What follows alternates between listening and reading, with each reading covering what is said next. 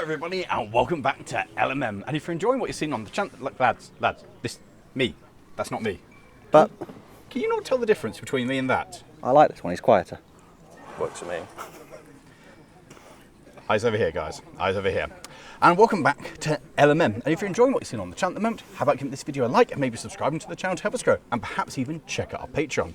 Today, I'm here at the Foxfield Railway for the War Wheels event, and I have an action-packed day planned for me, which is all rather exciting. Not only do I get to have a wander around and look at all the wonderful gubbins here, I'm going for a ride in one of the military vehicles. There is the Battle of Britain flypast, which I'm going to see from the ground, not in the sky, and finally, most excitingly, they're going to let me fire a tank-killing gun. I'm concerned. Yes, me too. Now, for most of you who are now thinking this sounds like a very bad idea, and do let me know in the comments below, it's all this man's fault, because I'm not entirely sure how this was arranged, and certainly I don't think the people who own the gun have ever watched the channel, because if they had, there would be absolutely no chance of this happening. Yeah, my bad. I mean, you sound like you've got a great idea. I'm just here for my 00 figure. Yeah, well, about that. So we were supposed to give you your 00 and O-gauge at the end of the tunnel lane section of that video. Oh yeah, but they weren't done. No, so you went to the NEC to go get them then. And they were sold out. They were sold out. So because you guys poured them all. So I have them somewhere on site today, but there's a twist because... Treasure hunt. Well, yes, actually. Oh, for... Really? You need to find famed railway historian and author, Anthony Dawson. Right. And take an AR picture of you with him.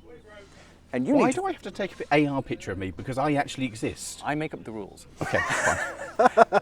You need to find Winston Churchill and get an AR picture of... He's dead. I feel like I'm not getting my figures. Well, we're all a bit dead on the inside, so it's fine. No, he literally died. Details. Get a picture of Winston Churchill whilst he's giving his speech. Bring back your photo evidence. You are not getting a figure. Show me your photo evidence and I will give you your figures by the end of the day. So are you like, have you given me a quest? Yes. Are you like the dungeon master? Sure. I'm going to go find my dragon. Right, well, with that, away! War Wheels is one of the biggest events that the Foxfield Railway hosts during the year, and there is so much to see and do. There are reenactors walking around as well as demonstrations of weapons. There are a number of displays and artifacts also on show, with the reenactors helping to explain the significance of some of these items, and seeing them mingling around with some of the vintage vehicles was really a way of travelling back in time. As we're seeing some of the different weapons on shows and the demonstrations that the reenactors were doing. And of course, being the railway, steam trains were operating as well. For me though, my first port of call was to go and have a look around some of the vehicles in attendance. As you know, I'm always drawn to the big machines, and something like a wrecker is something that has always grabbed my attention, mostly because I kind of need something like this for the next time the fire engine breaks down. Problem is, I'm pretty sure that if I was to have a machine just like this, I'd then need to acquire another machine just like this to recover that machine when my luck fails again and that machine breaks down.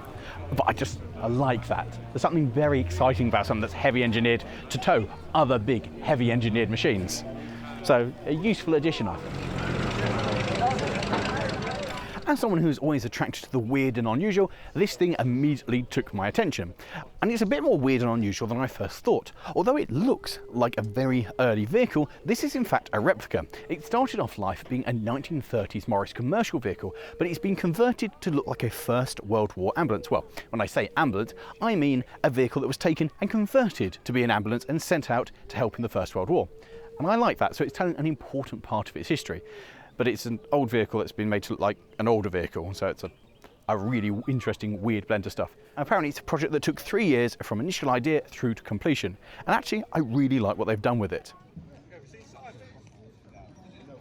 Now, whilst my landlord has categorically said that I'm not allowed a tracked vehicle, he hasn't said that I can't have armour of any sort. And so a ferret would represent the most likely piece of armour that I could get my hands on. And a ferret would be particularly cool. Now apparently to drive one of these you do need a commander up top and somebody down beneath it as well, because trying to drive it alone from down there, your visibility is awful. So you do need your commander up top to help you, which means you need 2 people, but that's cool. And apparently they're rapid as well. Now, this is an Austin champ, and I really like this because this was Austin's idea to combat the Land Rover. This was an all-terrain, go-anywhere, reliable machine. It was also waterproof, dirt-proof and shockproof. And that was its undoing. Whilst it was far more better than a Land Rover, it was also far more complicated, because if you break a Land Rover, you go, unbolt this, put it back together again. This is an ordeal to do anything on because everything is sealed. A couple of my friends own one and they hate it for the sheer amount of complexity of just doing a simple thing like a service.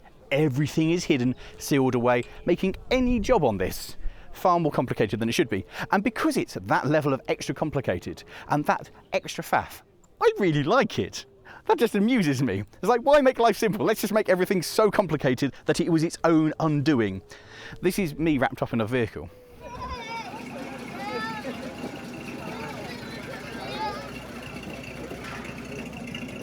It is a well-known fact that in this life there are two kinds of people. Those who understand that tracked vehicles are the coolest things going, and those who are wrong. This being a tracked vehicle is automatically cool. This is a snow track, and these were used by NATO, and they're still used in Iceland for search and rescue. It's a tracked vehicle designed to head out across all terrain, well, particularly this one, snow. My favourite thing about this being a vehicle that's in snow camouflage is the fact that it has no roof. Now, I don't know about you, but if I was designing a vehicle designed to travel through the snow where it's normally cold, I would have included a roof. Now, you may notice that the roof has been replaced by this huge, great, well-destroying gun, which may explain the lack of a roof, but this without doubt is the coolest thing here, and I want one of these. I'm not allowed tracked vehicles in the shed, but I want one of these because that is so unbelievably cool.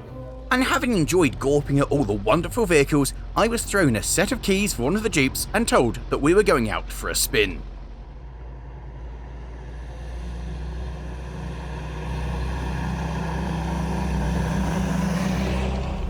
The sensation of this is just, without doubt, one of the most fun things I think I've ever driven. And I've never been so happy to be away from a railway. Normally, given the choice, I'm like, no, I don't really want to leave sight, but this is an adventure on its own, and all I want to do with this is to go on an adventure in it. I want to go somewhere. I want to see the world at a heady speed of 25 miles an hour, because it's just so much fun. This is what vintage vehicles is all about. You don't need to go fast. It doesn't need to be particularly comfortable. It doesn't need doors. It's all about the experience of being in a car and just trying to rev match and driving it properly. This thing you need to think ahead about. You need to see the road, you need to read the road, you need to think about what's going on. And that's what makes it brilliant. Absolutely, phenomenally, hilariously brilliant. And if it wasn't for the fact they cost something like 20 grand or more, I would want one, but that's a lot of money to ask for a very small little car.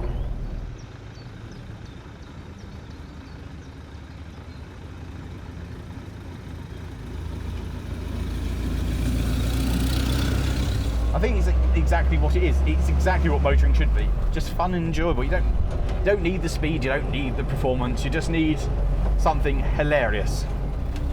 It's just sometimes the simple things are the best. It's just so horrendously satisfying.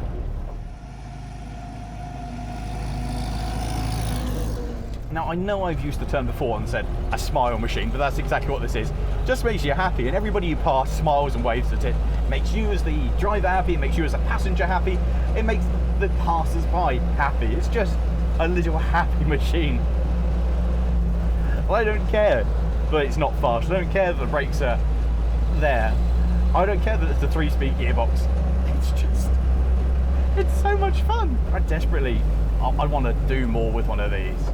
Now, although this isn't an English vehicle, I feel like this is almost the perfect vehicle to explore Little England and go around all the back roads, through winding streets, see the churches, the Tudor houses, the little villages. And I know that's probably a travesty to say that, but it's just the perfect vehicle for an afternoon trundle. On a nice day, I hasten to add. What?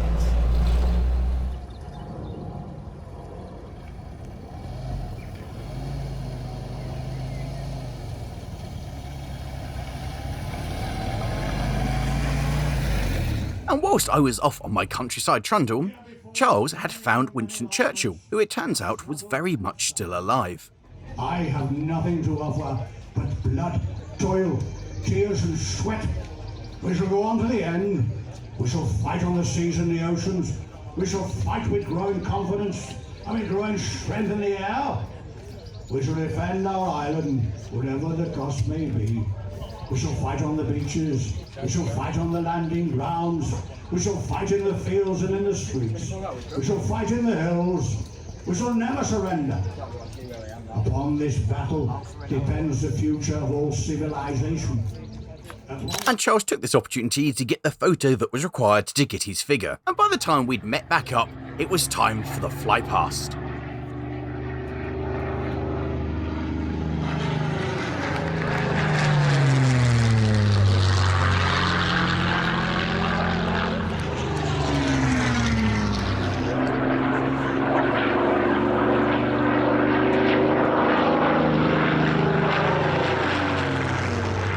It's got to be one of the most beautiful sounds known to mankind.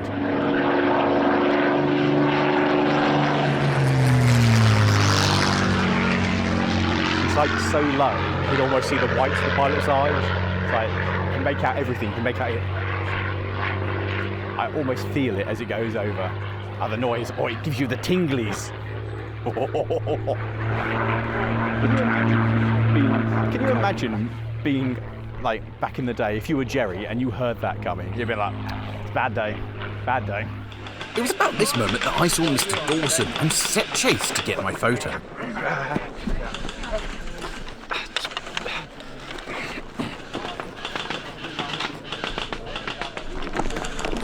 What do you mean you're not? Birdseye looking like a milkman. He says he's not here. Is this part of the game, or is he AR as well? I don't... Does he know? Oh my God. Have you not told Charles? Have you not told Churchill? Oh, you are a cruel man. I assumed people knew what was going on. I assumed you told people. Oh, no. Oh, I need to go find Charles and see him struggle. I was disappointed to find that Charles had already succeeded, but took the opportunity to check in on some of our new merch, including the figures, of which there are some still available, so get in touch if you want one. And then, disappointed to find out that Charles had succeeded, I resumed my chase of Anthony Dawson. Meanwhile, the others had gone to watch some trains.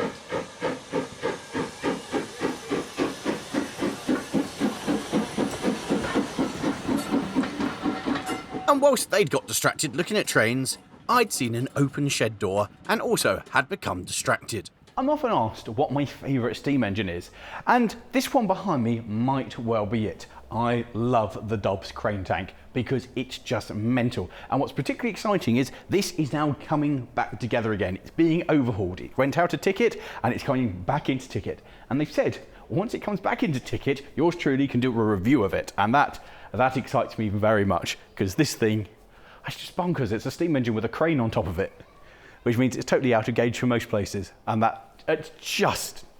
this is amazing. I'm so excited that they're overhauling it and it's going to come back into traffic. Eventually, I managed to pull myself away from the shed and resume my hunt for the elusive Anthony Dawson. However, there was just one problem. This event was very well attended, with a load of you wonderful guys having turned up as well, which was wonderful. But I eventually began to realise that I might not ever find Anthony. And then, as if by magic, the man himself walked past. And so I was able to go and get my AR photo of him, and so now nothing could stand in my way of getting my model. It's not the best photo I've ever taken. They say this is better on iPhones, and it is better on iPhones because on this challenge. And as the train left again, it was time to go over and do the thing that you've all been waiting for. Attend a safety briefing about a gun.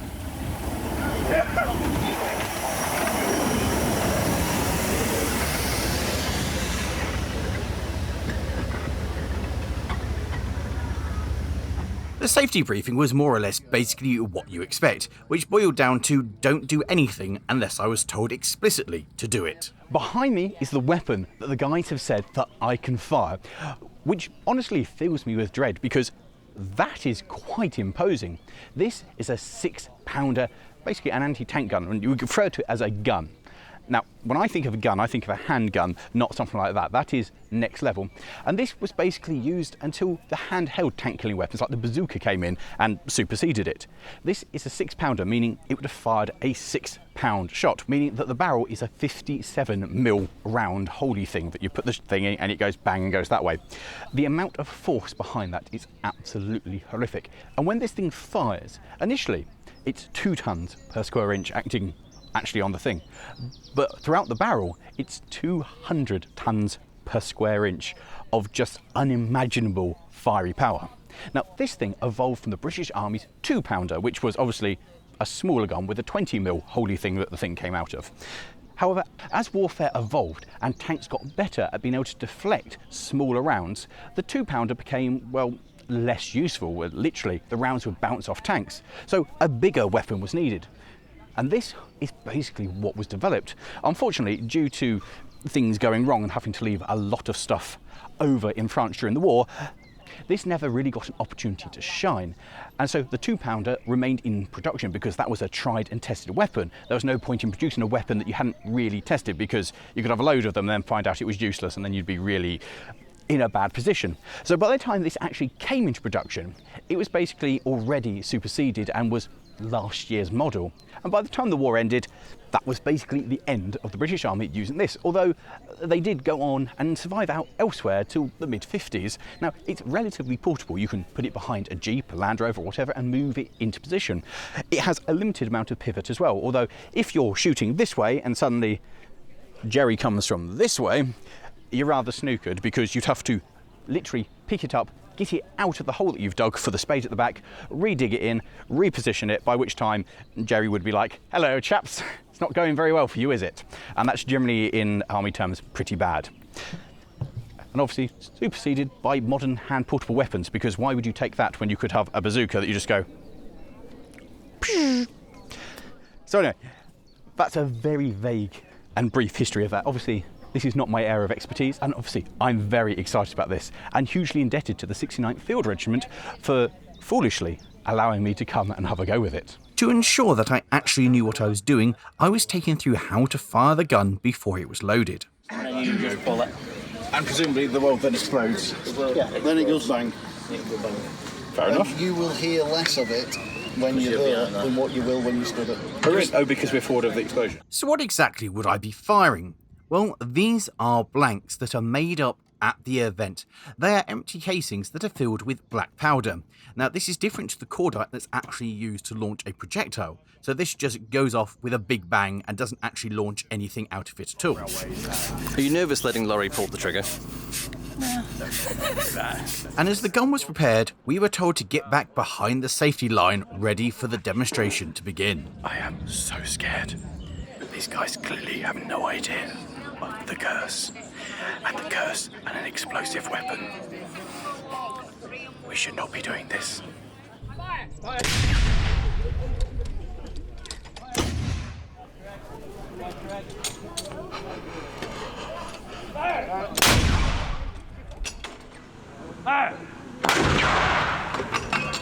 Round complete. Round complete. With the experts finishing their display, it was now time for old Muggins here to come and pull the trigger. How do? Still down, that's comfortable. Yep. That under your arm, shoulder in. And sit Once here. the round's loaded, you're familiar with your Yeah, firing just put that and mechanism, pull that so back. just sharp tug back and it'll go. hopefully- I mean, you can obviously look through there as well if you want to. It's a bit Oh, sorry. skew whiff, but... And then you'll just shout fire and then you just pull the trigger. I'm going to keep my hand a long way away from it until he says fire. Round loaded. The fear. Round load. Just correct. Just correct. Whenever you're ready, Lawrie. Whenever you're ready.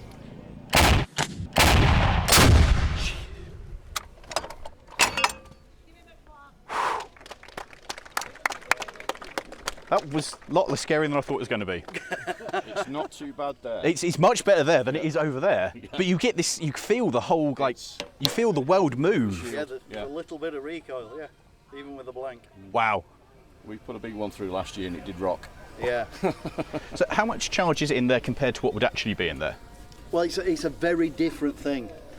Because that's all you feel just touched that. There's Oh, 400 grams of black powder in there. yeah. Right, but Thank you, by the way. That was amazing. in a real car, if you notice, this is a lot longer. Yes, and because that's what you're propelling is the end there, isn't that your warhead? That's your armour What piercing happens rise. is, because that's fluted, Yeah. It's full of cordite though. Now, cordite actually burns loads slower than black powder. I wish we could use cordite for blanks because it's a million times safer than black powder. Oh, really? Yeah. With cordite comes in Like length, spaghetti space, like, strings. just like spaghetti strings. it's cords. As cords, right? And you can hold a piece of cordite, set fire to it at one end, and just burn down nice. Oh, like a cartoon fuse. Yeah. Black powder goes boom. And it's gone. Yeah. You can't blink fast enough for how fast black powder disappears. But cordite will burn nice and slow. But that's so that your cordite ignites. Yeah. It sets up a pressure. That pressure has to push this all the way down the barrel. Okay. Right. And as that goes down the barrel, the gap gets bigger. So the pressure drops in theory. So it's got to keep that pressure going. Black powder goes boom, Bang, and it's gone. And it's gone. Yeah. So it's a very different pressure wave with cordite. So you get But a different this- sound as well out of that. Oh yeah, right. The whole of this bit would recoil back to here. Oh. That little thump you got Yeah. would be nothing compared to what it would. The wheels would come off floor. This would recoil. And that's why you need the spades to be dug in because that holds the whole thing back. Otherwise, it would. Digs itself in. Whew. I've never had that sensation of anything like the sheer sense of power you got just being there, just for a few seconds of, oh wow, you feel like you've done something. It turns out that I didn't do a terrible job. So much so that they said, did I want to come back and try firing a bigger gun? Having not caused disaster with the 6-pounder, this is the significant upgrade. This is a 25-pounder Mark II. Now, this is a field gun, which effectively means that it's basically artillery. It's designed to lob an explosive shell a long way. In fact, this will fire one 7.6 miles, and at maximum charge, it will take over a minute from it leaving that to the shell actually coming down and doing the boom thing. More importantly, with the rate of fire of this, you can get 6 more shots fired off before the first one hits the deck, which is just, it's like juggling, but with really big explosives, and when you drop it, it all goes very wrong. It's an amazing piece of equipment. And I know the explosive that we're going to be setting off is significantly bigger than the one I've just done, and honestly that scares me a tiny bit. What's particularly exciting about this thing is that it was introduced in 1938 and they're still actually being used in various parts of the world, which is a real testament to what an amazing piece of kit it is. There are only 3 marks of this, and the design doesn't really change. It's mostly around the muzzle, which just shows what an amazing thing it is that it didn't really evolve. It just has worked, continue to work, and it's just a very good gun. One of the big advantages of this is that it's on a turntable, so this can move around 360 degrees. It was also easy to deploy. You put the base down and then just pull it onto the base and it's ready and assembled. Apparently the record is 17 seconds for setting one of these up. And I'll be honest, I am so excited about having to go with this. And so once again, I was taken through the gun. Perch here, arm on there. When we're ready to fire, that's where your hand should be, i.e. not on the trigger. Yes, definitely away from the trigger. That's probably a wise move. Right. Now, Ange will shout fire. Yep. But at that point, you don't. Righto. Because number 1 is the one who gives you fire. So, David. I'll just wait until somebody's like, Lawrie, go on, get on. Just Right. No. go. And it will go Just fire. bang. And it And as the ammunition was brought over, we were once again sent behind the safety fence. So this is a significantly bigger gun, and they've said it makes a bigger bang. And the last bang was substantial. Taped off area. Charge 2. HE 117, charge 2. Angle of sight 0. Bearing 350 degrees 0 minutes. Fire! Fire! Fire!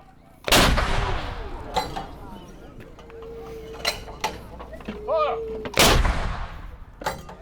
This is not the thing they should let me have a go with. It won't take long. Fire! Fire! Fire! Brace.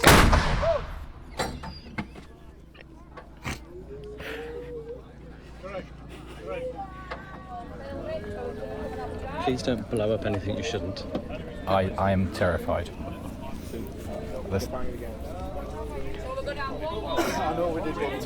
The fear is real. The sound of this is quite ridiculous.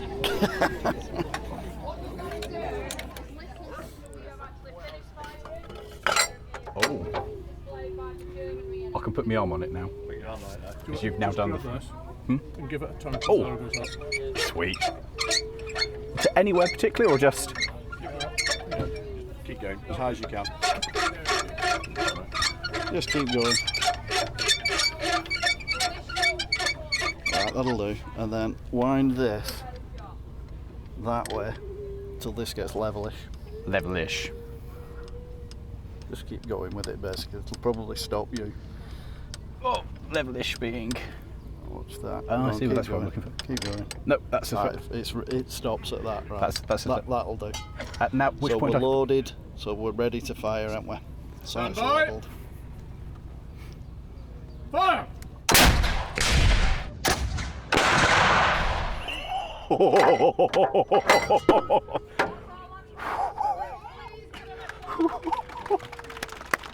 Oh, the heat of that is.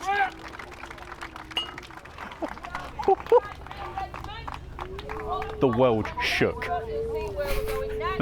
There was a genuine moment there where I felt like the entire world had ended. Like everything just went.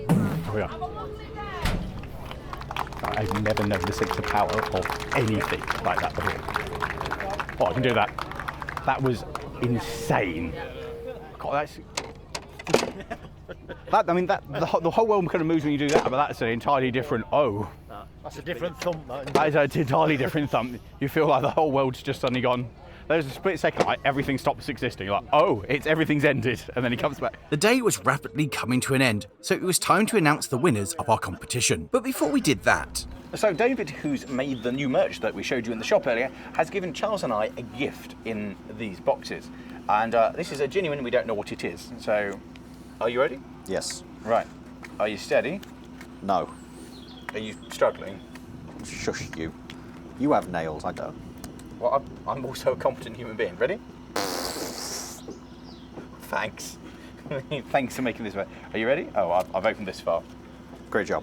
I've opened ahead of you because you're so slow. I was waiting at that Oh, I point. see. Right. I was waiting for you. I didn't necessarily mean to throw it away. Such incompetence. Oh! Ooh! Oh! Oh! Look at that! He's at 100,000 subscribers.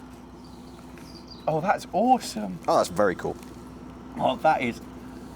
I love this deep carve thing that's going on. So we have some of these deep carve tumblers for you guys to buy, but that that is a lovely thing to have. Oh, David, thank you. That's. Is yours the same as mine? Congratulations on reaching 100k subscribers. 100,000 subscribers. Do you know what? This is actually nicer than the play button thing that you get. So, the winner of the competition here in person is none other than Trains with Nick, a YouTube rival of mine. Congrats, enjoy your me in miniature. Thank you. Who can always sit there and see you. It I will will use it to gain more subscribers. I'm not sure how this works, but I'm sure it'll work. Look, I'm now on his channel. That's how it works. Trains with Nick, now with Lawrie. And with that end of my career, see you later. of course, we had two different competitions, one for people who were at the event in person and one for those who couldn't attend, and Charles was now selecting them. Scrolly then, who wins? PBY_FR. Pubbifer. It's Pubbifer. Pubbifer. Congratulations to Pubbifer. And then, as the last train pulled in, there was but one thing to address.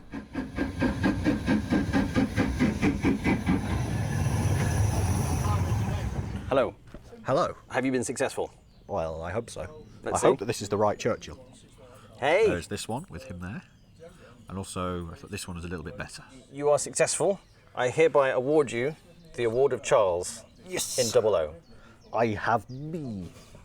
I've got good news. I've hunted down the elusive Anthony Dawson. I don't know why I'm telling you this. You were filming when I was chasing him. Yes, but I have not seen the photo evidence that you managed to actually get the photo because you were struggling. To be honest, I did struggle. So, were you successful? I'm going to say yes. there are photos. They're not particularly good photos because technology baffles me. But I have got a photo of a pretend me next door to a real him. Let's see. Moment of truth, everybody. It's black. Stop. Oh no! Lawrie, these are all black. I don't think I've got a check. I don't.